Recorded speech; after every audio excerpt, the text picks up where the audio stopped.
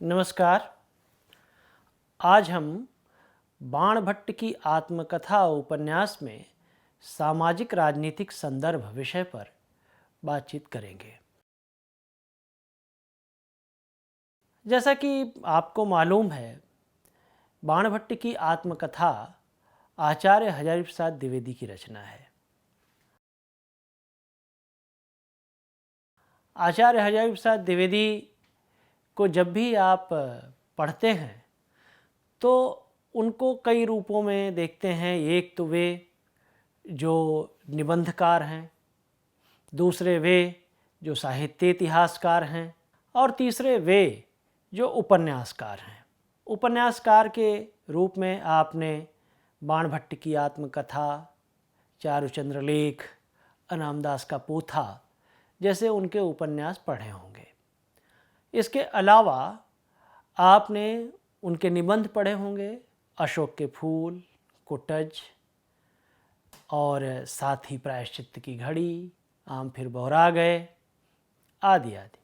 आप जब इन निबंधों को पढ़ते हैं तो आपको समझ में आता है कि इन निबंधों में आचार्य द्विवेदी अपने समाज को किस तरह से व्याख्यायित करते हैं। आम फिर बौरा गए या प्रायश्चित्त की घड़ी जैसे निबंधों को अगर आप लें या कुटज को ले लें तो आपको समझ में आता है कि आचार्य द्विवेदी की दृष्टि हमेशा समाज के सबसे निचले पायदान तक जाती है। अगर आप प्रायश्चित्त की घड़ी निबंध का पाठ करके उसमें आए सामाजिक संदर्भों को लें और उसके बाद फिर बाणभट्ट की आत्मकथा का अध्ययन करें तो वो एक तरह से पूरे साहित्य इतिहास को उन सामाजिक संदर्भों में समझने में आपके लिए सहायक होगा। जब मैं साहित्य इतिहास शब्द कहता हूँ तो स्वाभाविक है कि हिंदी साहित्य के आरंभिक और मध्यकाल को लेकर के जो वाद विवाद आचार्य रामचंद्र शुक्ल और आचार्य हजारी प्रसाद द्विवेदी में रहा है, मैं उस संदर्भ को भी यहाँ उल्लिखित करना चाहता हूँ। आचार्य रामचंद्र शुक्ल के लिए वे रचनाएं महत्वपूर्ण नहीं थीं जो बौद्धों या जैनों के द्वारा लिखी गई थीं, लेकिन आचार्य हजारी प्रसाद द्विवेदी के लिए सिद्धों, नाथों और जैनों की रचनाएं अधिक महत्वपूर्ण थीं और उन्होंने आदि सिद्ध सराहपा को प्रथम कवि हिंदी का सिद्ध करने में मदद की। वो खोज के ले आए कि कहाँ से आप देखिए कि चर्या गीतों में या दोहा कोशों में हिंदी के शब्द विद्यमान हैं और सांप्रदायिक संदर्भों के आधार पे वे सिद्धों, नाथों और जैनों की रचनाओं को नहीं छोड़ते हैं और इसीलिए वे वीरगाथा काल शब्द का विरोध करके आदिकाल शब्द को ज़्यादा महत्व देते हैं, उसे स्थापित करते हैं। इसके आगे जब वे जाते हैं तो वे भक्तिकाल के संदर्भ में भी कहते हैं कि अगर भारत में इस्लाम नहीं भी आया होता तो हिंदी साहित्य के मध्यकाल का 12 आना ऐसा ही होता। वे इस्लाम के आक्रमण को प्रभाव के रूप में तो 4 आना स्वीकार करते हैं लेकिन परिणाम के रूप में नहीं। आखिर ये क्या आधार है? द्विवेदी जी ऐसा क्यों कहते हैं? दरअसल द्विवेदी जी संस्कृत के, प्राचीन भारतीय साहित्य के और ज्योतिष के ज्ञाता थे। उन्होंने प्राचीन भारतीय साहित्य का विशद अध्ययन किया था और वह अध्ययन बाणभट्ट की आत्मकथा में दिखता भी है।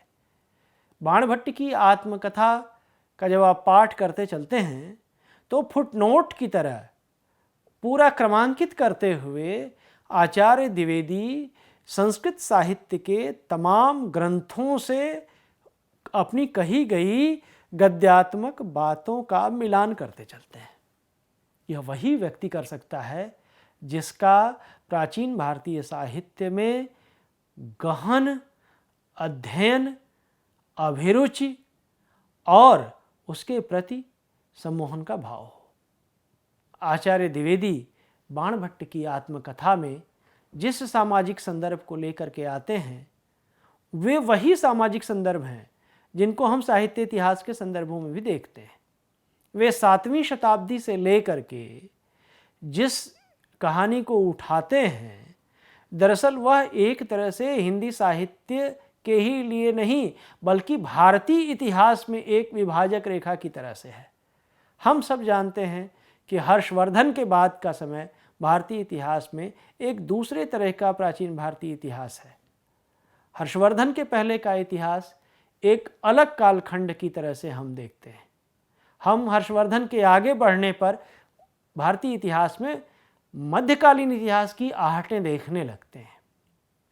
लेकिन 7वीं शताब्दी का समय, उस समय क्या राजनीतिक स्थिति थी, उस समय क्या सामाजिक स्थिति थी, उस समय क्या आर्थिक स्थिति थी, उस समय क्या धार्मिक स्थिति थी, उस समय क्या सांस्कृतिक स्थिति थी, इन सारे संदर्भों पर आचार्य हजारी प्रसाद द्विवेदी बेलौस बेलाग अपनी बात कहते हैं और उस बात को कहने में वे आधार देते हैं, प्रमाण देते हैं। बाणभट्ट की आत्मकथा के लिए यद्यपि कि वे मिस कैथराइन का भी संदर्भ लेकर के आते हैं, जिन्होंने सोन नदी के किनारे के अपने अनुभवों को बाणभट्ट की आत्मकथा के रूप में आचार्य द्विवेदी को सौंपा था। लेकिन यह कहानी मिस कैथराइन के ऑस्ट्रिया के किसी प्रेमी कवि की कहानी ही नहीं है और न ही ये बाणभट्ट की आत्मकथा है पूरी तरह से, बल्कि यह उपन्यासकार की भी आत्मकथा है, आचार्य द्विवेदी की भी आत्मकथा है। वे 7वीं शताब्दी के उस पूरे ताने बाने के माध्यम से एक तरह से पुनरुत्थान कर रहे थे, पुनर्जागरण कर रहे थे। वे एक शक्ति के संदर्भ को कहीं न कहीं से दिखाना चाहते थे कि हम अगर एक होकर के लड़ें तो परतंत्रता की बेड़ियों से मुक्त हो सकते हैं। सब जानते हैं कि बाणभट्ट की आत्मकथा 1946 में लिखा गया था। देश उपनिवेश था अंग्रेज़ों का, आज़ादी की लड़ाई चल रही थी, भारत छोड़ो आंदोलन हो चुका था, लेकिन देश में तमाम तरह के बिखराव भी थे। उस पूरे बिखराव को कैसे एक करके असली शत्रु के खिलाफ खड़ा किया जाए, यह चिंता आचार्य हजारी प्रसाद द्विवेदी की है। वे अपने उपन्यास के माध्यम से जिन दस्युओं का संदर्भ लेकर के आते हैं, वास्तव में वे दस्यु वही शत्रु हैं जिनके खिलाफ वे भारतीय जनता को चेताना चाहते हैं। हम बार बार इस उपन्यास में पाते हैं कि गुप्तकाल का संदर्भ आता है, मौखरियों का संदर्भ आता है, हर्षवर्धन का संदर्भ आता है और वहीं कुछ काल्पनिक चरित्रों का भी संदर्भ आता है, जिसमें तुअर मिलिंद हैं, जिसमें लोरिक देव हैं, जिसमें ईश्वर सेन हैं। इस तरह के तमाम चरित्र काल्पनिक चरित्र हैं जो ऐतिहासिक चरित्रों के बरक्स कथा के विस्तार के लिए जरूरी भी हैं। आप देखें कि इस उपन्यास में जिन सामाजिक संदर्भों को ख़ास तौर से उठाते हैं द्विवेदी जी, उनमें पहली और बड़ी चीज़ होती है प्रेम की परिकल्पना। प्रेम क्या है? निपुणिका और भट्टिनी दोनों बाणभट्ट से प्रेम करती हैं। निपुणिका उपेक्षित हुई, बाणभट्ट की मंडली छोड़कर भागी, 6 वर्षों तक फिरती रही और 6 वर्षों के बाद बाणभट्ट से मिली भी तो कहाँ, पान की दुकान पर। और मिलने के बाद जब दोनों साथ हुए तो भी वे चाहते क्या हैं? उद्धार करना एक स्त्री का, एक स्त्री जो दस्युओं के द्वारा बलपूर्वक गृहीत की गई है। और बलपूर्वक गृहीत की गई एक स्त्री को भावी महारानी कह करके जिस तरह से उपन्यास में वे दर्शाते हैं और वहाँ पे अवसर पा करके स्त्री वेश धर करके वे अंतःपुर में प्रवेश करते हैं और निपुणिका के सहयोग से भट्टिनी को बचाने में सफल होते हैं। उसकी पूरी कहानी बताती है कि निपुणिका और भट्ट का आपस में कितना स्नेह है, एक दूसरे के प्रति कितना विश्वास है। निपुणिका भी जानती है कि स्त्री की सार्थकता पुरुष को मुक्त करने में है। उसकी सफलता उसे बांधने में अवश्य है, किंतु सार्थकता उसे मुक्त करने में है। और अंत में उपन्यास में यह होता भी है। जब रत्नावली नाटक खेलते हुए वासवदत्ता का चरित्र करने में वह दो विरोधी संदर्भों में प्रेमी को मिला देती है, प्रेमी के हाथ में प्रेमी का हाथ रख के वो गिरती है और जीवन का अभिनय भी समाप्त करती है, उसका देहांत हो जाता है, वह मुक्त करती है, जिससे प्रेम करती है उसे, उसके प्रति उसका बलिदान है वह। लेकिन दूसरा एक संदर्भ है भट्टिनी का भी। एक तरफ बाणभट्ट है जो स्त्री के चरित्र को देव मंदिर मानता है, और दूसरी तरफ भट्टिनी और निपुणिका हैं जो दोनों सम्मान करती हैं, प्रेम करती हैं बाणभट्ट से। अब छोटे कुल की जो इच्छा है, छोटे कुल के सामंत की जो महत्वाकांक्षा है, वह भट्टिनी को पटरानी बनाने की है। लेकिन भट्टिनी जब वहाँ से निकाली गई तो उसे पटरानी बनना स्वीकार नहीं था। वह तुविर मिलिंद की कन्या है, वह जन्मी है रोमक पत्तन में, वो साधारण कन्या नहीं है। इसलिए जब भट्टिनी का अनुराग दिखाना है तो आचार्य द्विवेदी जिस वार्तालाप को महामाया के माध्यम से कराते हैं, उस वार्तालाप के माध्यम से बाणभट्ट के चित्त में यह संचार कराने के लिए कि भट्टिनी उससे प्रेम करती है, वो पेड़ की आड़ में उसको छुपाते हैं, और पेड़ की आड़ में छुप करके वह महामाया और भट्टिनी की बातों को सुनता है। सिर्फ न उद्धार करता है, बल्कि वह कुमार से सवाल जवाब करके उन्हें एक तरह से पराजित करता है और भट्टिनी की मदद करने के लिए उत्साहित करता है। कुमार मदद करते हैं। बाणभट्ट भट्टिनी के लिए जब वो गंगा में छलांग लगाती है तो स्वयं भी छलांग लगाता है और भट्टिनी को अपनी पीठ पर लाद करके उसे बचाता भी है। प्रेम का एक ऐसा अनुराग जो एक दूसरे के मन में जगा हुआ है, व्यक्त हो करके भी अव्यक्त है, प्रत्यक्ष हो करके भी परोक्ष है, लेकिन वह अनुराग अंत तक कहीं खत्म नहीं होता, चलता रहता है। एक तरह से आचार्य द्विवेदी निपुणिका और भट्टिनी और बाणभट्ट के इस प्रेम त्रिकोण के माध्यम से यह दर्शाते हैं कि दो प्रेम करने वाली भट्टिनी और निपुणिका साथ रहते हुए भी उससे अनुराग के राग में बंधी हो सकती हैं। और यही नहीं, एक साहचर्य जन्म प्रेम को भी पाठक के सामने प्रस्तुत करती हैं। अब आगे देखें कि जब मौखरी सैनिकों का दस्ता आता है और वो बाणभट्ट और भट्टिनी को विग्रहवर्मा कहता है ब्राह्मण दंपति, तो वहाँ झूठ भी है। कुमार ने कहा भी था कहीं कहीं झूठ बोल लेना स्वाभाविक है, और प्रेम में ऐसा होता भी है, और यह झूठ है यह भी वहाँ खुलता है। लेकिन उस आक्रमण में वह बचाता है, प्रेम के अपने या जिम्मेदारी के अपने या सेवक के अपने पूरे उत्तरदायित्व का निर्वहन करता है।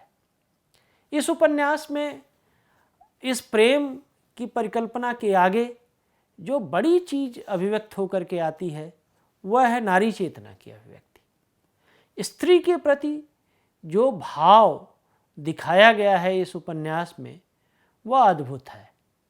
निपुणिका, भट्टिनी, महामाया, सुचरिता, ये ऐसे चरित्र हैं जो प्रेम के लिए ही बने हैं। महामाया अपने पति को छोड़ देती है, और दूसरी ओर पति भी, जिससे कि पहले उसके विवाह की बात हो चुकी है, भैरव बन जाता है।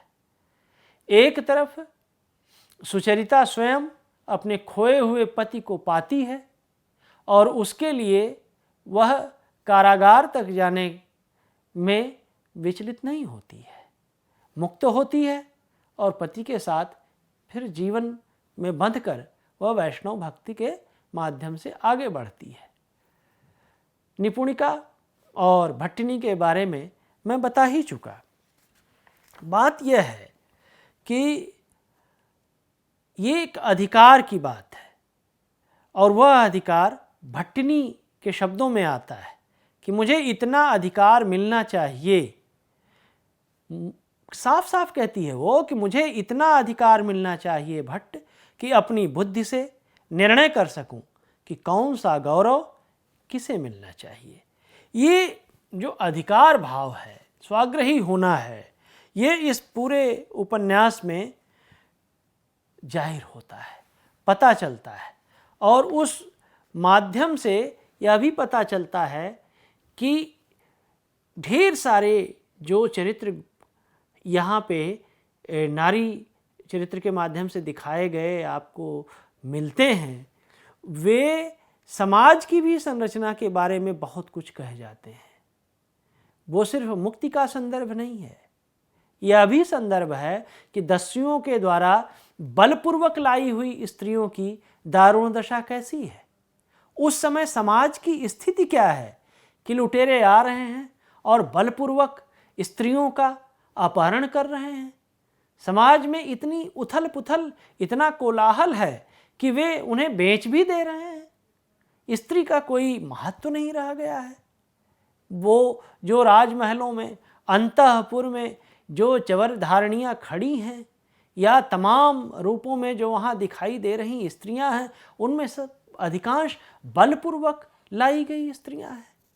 तो समाज की जो विसंगति है उसको भी वे दिखाते हैं और यह भी साफ तौर से वे स्पष्ट करते हैं कि जो धर्म के संघर्ष हैं वो किस तरह के थे। एक तरफ बौद्ध, दूसरी तरफ वैष्णव, एक तरफ यवनों का संदर्भ, यहाँ तक कि मूर्ति कला का भी जो महत्वपूर्ण पक्ष है उसको भी वे दिखाते हैं। यहाँ तक कि जब कुमार कुछ मूर्तियाँ भेंट करते हैं तो उन मूर्तियों में भी बैठे हुए बुद्ध के पद्मासन की शैली को पकड़ करके ये बताया जाता है उपन्यास में कि वह कितनी यवन शैली से प्रभावित है। साफ लिखते हैं, एक तरफ उनमें यावनी प्रतिमाओं की भांति अंग प्रमाण की ओर बेहतर ध्यान दिया गया होता है, दूसरी तरफ हाथ और पैर की मुद्राओं में वाच्यार्थ की अपेक्षा व्यंग्यार्थ को प्रधानता दे दी गई होती है। जो छोटी सी मूर्ति इस समय कुमार कृष्ण के हाथ में थी उसकी छटा अजब थी। पहली बार मैंने ऐसा पद्मासन देखा जिसमें चरण तल उसी प्रकार बने थे जैसे वे वास्तव में होते हैं। भारतीय शिल्पियों के अनुकरण पर कुषाण नरपतियों ने ऊर्ध्वमुख चरण तल वाले पद्मासन ही बनाए हैं और बंधाए हैं। प्रमाण पाटों वाली यावनी मूर्तियों में ऐसे पद्मासन ऊर्णा तंतु से सिले हुए चीनांशुक के समान बेखाप लगते हैं। इस मूर्ति में बुद्ध का मस्तक मुंडित बनाया गया था, जबकि शक नरपतियों की मूर्तियों में दक्षिणावर्त कुंचित केश कुछ जंचते नहीं दिखते। मूर्तिकार ने ऐसी मूर्ति बनाई थी जिसे देखकर भान होता था कि सचमुच ही बुद्ध बैठे हैं। स्पष्ट है कि दो शैलियाँ, जो दो संस्कृतियों के मिलन से शैलियाँ बनती हैं, उन कला की शैलियों को भी व्यक्त करते हैं द्विवेदी जी। यही नहीं, नृत्य के संदर्भ में भी कि किस तरह का मयूर नृत्य कान्यकुब्ज में है, कान्यकुब्ज की क्या स्थिति है, उज्जैनी की क्या स्थिति है, स्थानेश्वर की क्या स्थिति है, मगध की क्या स्थिति है। ये सब कुछ उन पूरे राज्यों को कहीं न कहीं से चर्चा में ला करके उनकी सामाजिक राजनीतिक परिस्थितियों के माध्यम से वो व्यक्त करते हैं। और यहीं ठहरते नहीं हैं, वे तो लोरिक देव का संदर्भ लेकर के आते हैं और जहाँ पे वे मिलन कराते हैं वो महासरयू और गंगा का मिलन है। आज की तारीख में हम उसे छपरा से समेकित कर सकते हैं। और यही नहीं, वे एक प्रसंग में अपने पाद टिप्पणी में लिखते हैं कि एक मंदिर के पास जाते हुए सुरहा ताल का संदर्भ आता है जो बलिया में है, और सुरहा ताल स्वाभाविक तौर से द्विवेदी जी को अत्यंत प्रिय रहा होगा क्योंकि वे बलिया में ही जन्मे थे। तो एक तरह से भारत की जो सामाजिक, सांस्कृतिक, धार्मिक और भौगोलिक पूरी रेखा है वो गंगा के माध्यम से वे सीधे व्यक्त करते जाते हैं। राज्यों के अपने अपने सामाजिक और सांस्कृतिक क्या क्या मूल चरित्र हैं उनको भी वो इन राज्यों के माध्यम से स्पष्ट करते हैं। मयूर नृत्य का संदर्भ मैंने बताया कि जो कान्यकुब्ज में है वह मगध में संभव नहीं था। यही नहीं, वे और भी बहुत सारी चीज़ें लेके आते हैं, जैसे कि भट्टिनी बोली मत रो मत न्योनिया, मैं बहुत रो चुकी हूँ। नगरहार से पुरुषपुर, पुरुषपुर से जालंधर, और फिर न जाने कहाँ कहाँ मुझे दस्युओं के साथ घूमना पड़ा और अंत में स्थानीश्वर के छोटे राजकुल में आश्रय मिला। देखिए कि जालंधर का भी प्रसंग आता है। तो जितनी जगहें हैं, जितने ऐतिहासिक पूरी तरह से तथ्यात्मक स्थल हैं, उतनी ही संस्कृतियों का एक तरह से आमेलन है, उतने ही सामाजिक संदर्भ हैं, उतनी ही राजनीति है। यही नहीं, वे कविता का भी संदर्भ नहीं छोड़ते। कहते हैं भट्ट कविता श्लोक को नहीं कहते, हमारे यवन साहित्य में गद्य को काव्य की निकषा कहा है। छंद, तुक और अलंकार तो कविता के प्राण नहीं हैं, प्राण हैं रस, विशुद्ध सात्विक रस। तुम सच्चे कवि हो, मेरी बात गांठ बांध लो, तुम इस आर्यावर्त के द्वितीय कालिदास हो। ये भट्टिनी बाणभट्ट के लिए कहती है, लेकिन जब वो यह बात कहती है तो यवन संदर्भों को भी बीच में लेकर के आती है। यानी कि भारत और यवन दोनों संदर्भों का यहाँ पे आप मिलन देख सकते हैं। यही नहीं, ज्योतिष विद्या का प्रचार भी जो यवन से लेकर के यहाँ तक है उसकी भी बात करते हैं द्विवेदी जी कि भारतीय विद्या ने जिस कर्मफल और पुनर्जन्म का सिद्धांत प्रतिपादित किया है उसके साथ इसका कोई मेल ही नहीं है। यहाँ तक कि हमारे पुराण प्रथित ग्रह देवताओं की जाति, स्वभाव और लिंग तक में अद्भुत विरोध स्वीकार कर लिए गए हैं, क्योंकि यवन गाथाओं की वीनस और डिएना देवियां हैं और वे ही इन ग्रंथों की अधिष्ठात्री देवी मान ली गई हैं। ग्रह मैत्री का तो अद्भुत विधान है। आर्य पुराण ग्रंथों से इस मैत्री बंध का कोई समर्थन नहीं होता। तो आप देखिए कि कितनी संस्कृतियों के मिलन का, खासतौर से यवन संस्कृत को वे लेकर के आते हैं। और यह भी कि झूठ बोलना सदैव अनुचित नहीं होता। मैंने बताया कि कुमार जब ये कहते हैं कि झूठ बोलना सदैव अनुचित नहीं होता, तो यह सिर्फ प्रेम का ही संदर्भ नहीं है, बल्कि उस समाज का भी संदर्भ है जिसमें कि सच को बचाने के लिए कहीं कहीं झूठ भी बोला जाता रहा होगा। तमसा का संगम पार करके गंगा का संगम आने का संदर्भ भी मैंने अभी जहाँ पे छपरा को समेकित करके कहा वो भी आता है। एक बात जो सूत्र रूप में आती है उस उपन्यास में, वे द्विवेदी जी कहते हैं कि भैरव के माध्यम से किसी से मत डरो, न गुरु से, न मंत्र से, न लोक से, न वेद से, किसी से मत डरो। और यह जो न डरने का संदर्भ है वह भी उस पूरे परिवेश को ध्वनित करता है कि जो पूरा परिवेश है उसमें डरने से हारना निश्चित है। इसलिए उस स्वतंत्रता संग्राम में डर को उतार फेंको, जो सच है उसको स्वीकार करो और पूरे साहस से युद्ध करो। ये पूरे जो संदर्भ इस उपन्यास में इस तरह के मिलते हैं वे इस उपन्यास को बड़ा बनाते हैं। इस उपन्यास में ऐसे अनगिनत प्रसंग आपको मिलेंगे जिसमें उद्धार करने की बात है। ये बात कि दस्यु आ रहे हैं, उन दस्युओं को लेकर के एक लंबा गीत लिखा है और उस गीत का गद्यात्मक अनुवाद द्विवेदी जी करते हैं और चेताते हैं। महामाया एक संभाषण के द्वारा जनता को उद्बुद्ध करती हैं कि जनता का दायित्व है कि वह लड़े, जनता का भेद मिटे, वो एक हो, वो संघर्षरत हो, क्योंकि जब तक जनता नहीं लड़ेगी, सिर्फ राजाओं के भरोसे छोड़ देने से दस्युओं का विनाश नहीं होना है। और दूसरी तरफ भट्टिनी है जो एकता चाहती है, वो अपने यहाँ के संदर्भ को देती है कि तुविर मिलिंद की सफलता में यह निहित है कि वहाँ भेद नहीं है, लोरिक देव की सफलता में यह निहित है कि वहाँ भेद नहीं है। वो चाहती है कि दस्युओं के बीच भी ये बात जाए, क्योंकि उनके यहाँ भी भेद नहीं है। जहाँ भेद नहीं है वहाँ विजय की संभावनाएं हैं। जो भारतीय समाज है उसमें अत्यधिक भेद है, जातियों का भेद है, वर्ण का भेद है, धर्म का भेद है, एक दूसरे को पराजित करने की आकांक्षा है। मेधातिथि कुछ चाहते हैं और दूसरे बौद्ध भिक्षु कुछ चाहते हैं। स्वाभाविक है कि बौद्ध से वैष्णव, वैष्णव से बौद्ध के उस अंतर संघर्ष की बेला में वे एक समन्वयवादी बात लेकर के आते हैं। वो पूरा का पूरा महादेवी का जो संदर्भ है, सिर्फ हम कहते हैं कि जो भट्टिनी का है वही नहीं, बल्कि महामाया को भी जोड़ लें, तो वह समाज के अंतिम व्यक्ति को इस संघर्ष में अपने साथ शामिल करना चाहती है, वह जोड़ना चाहती है, और सबको जोड़ करके लड़ने पर वह विजय निश्चित देखती है।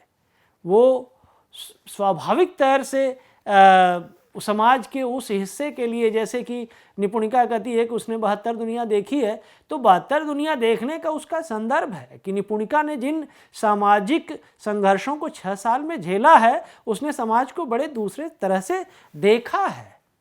तो ये सारे संदर्भ इस उपन्यास में आते हैं। अगर राजनीति की बात की जाए तो राजनीति भी खूब है। आप देखिए कि हर्षवर्धन पहले लंपट कहता है बाणभट्ट को, फिर सभा में स्थान देता है। कुमार किस तरह से पहले क्रुद्ध होते हैं, फिर मान जाते हैं। किस तरह से भट्टिनी कान्यकुब्ज जाने से मना करती हैं, फिर चली जाती हैं। दस्युओं के खिलाफ तुविर मिलिंद को मिलाने के लिए भट्टिनी का महत्व अचानक बढ़ जाता है और उनको आश्रय देने वाले लोरिक देव को महत्व दिया जाता है। वहीं लोरिक देव है जो गुप्त काल को याद करता है, वो स्कंदगुप्त, समुद्रगुप्त, चंद्रगुप्त को याद करता है। तो सब अपने अपने राजनीति में भी पूरी तरह से डूबे हुए हैं। वो चाहता है कि पूरी तरह से रक्षा करने का भार लोरिक देव पे आए, लेकिन वह कान्यकुब्जों की अधीनता स्वीकार नहीं करेगा। और कान्यकुब्ज हैं कि वो पूरी राजनीति में डूबे हुए हैं। हर्षदेव हैं कि कुमार के कहने पर बातों को मानते जा रहे हैं, राजपत्र जारी करते जा रहे हैं। जिसको लंपट की कहा, उसी ने उनकी रत्नावली पे नाटक भी खेला।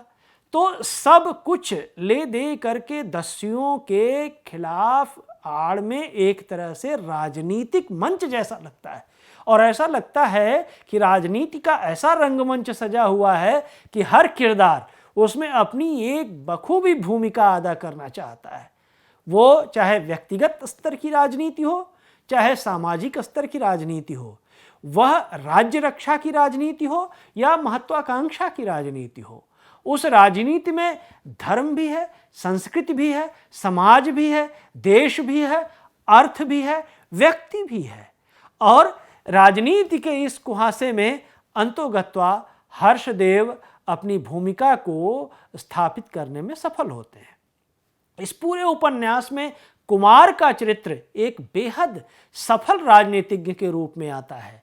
वे समाज की नब्ज को बहुत कायदे से पहचानने वाले एक राजनेता की तरह से नजर आते हैं और अपने पूरे सुचिंतित प्रयास में अपने राजनीतिक सुफल को एक तरह से लागू कराने में सफल होते हैं, राजनीतिक चिंतन को लागू कराने में सफल होते हैं। इसलिए कुमार का चरित्र बाणभट्ट और हर्ष के साथ ही इस उपन्यास में एक बेहद महत्वपूर्ण और नायक पद के अधिकारी की तरह से प्रतिष्ठित होता है। बहुत बहुत धन्यवाद।